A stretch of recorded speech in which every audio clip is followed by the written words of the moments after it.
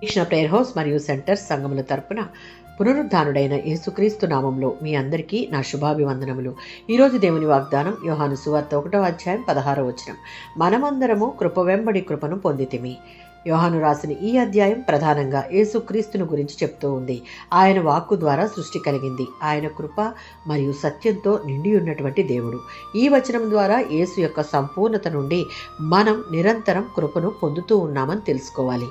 కొలసీలకు రాసిన పత్రిక 2వ అధ్యాయం 9-10 వచనాలలో క్రీస్తులో దేవుని యొక్క సంపూర్ణత ఉంది. ఆయన కుమారుడు కుమార్తెలుగా ఉన్న మనం ఆయనలో సంపూర్ణమయ్యేటటువంటి ధన్యతను పొందుకున్నాం. 2 కొరింథీయులకు రాసిన పత్రిక 12వ అధ్యాయం 9వ వచనం. పౌలు తన వ్యాధితో బాధపడుతూ దేవుని వేడుకున్నప్పుడు నా కృప నీకు చాలును అన్న అభయాన్ని దేవుడు ఇవ్వడం మనం ఇక్కడ చూడవచ్చు.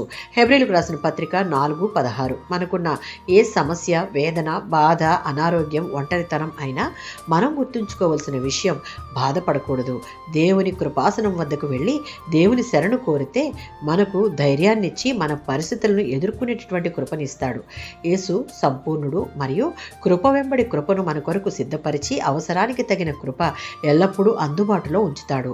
దేవుని మన జీవితానికి ఆధారంగా చేసుకోవాలి. అంటే దేవుని కృపపై ఆధారపడి ఉంటే మనకు కావాల్సిన మన శక్తి కాకుండా ఆయన కృపే మనకు బలంగా ఆధారపడి జీవించే విధంగా దేవుడు మారుస్తాడు. దేవుని యందు అనునిత్యం విశ్వాసం ఉంచి నిరీక్షణ కలిగి జీవిస్తే ప్రతిరోజు కృపను స్వీకరించే వారంగా మనం ఉంటాం. ప్రతి ఉదయం కొత్త కృపను దేవుడు మనకి ఇస్తాడు. ఏ పరిస్థితికైనా క్రైస్తవుడుగా నిరుత్సాహపడకూడదు.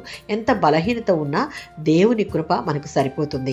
మనమున్న ఏ స్థితి అయినా దేవుని కృప మన పట్ల ఉంది కనుకనే ఎల్లప్పుడూ కృతజ్ఞతతో జీవించాలి. ఎందుకు అంటే దేవుని కృప ఎప్పటికీ తరిగిపోయేది కాదు, ఎల్లప్పుడూ మనకు అందుబాటులో ఉండేది. ఆమేన్.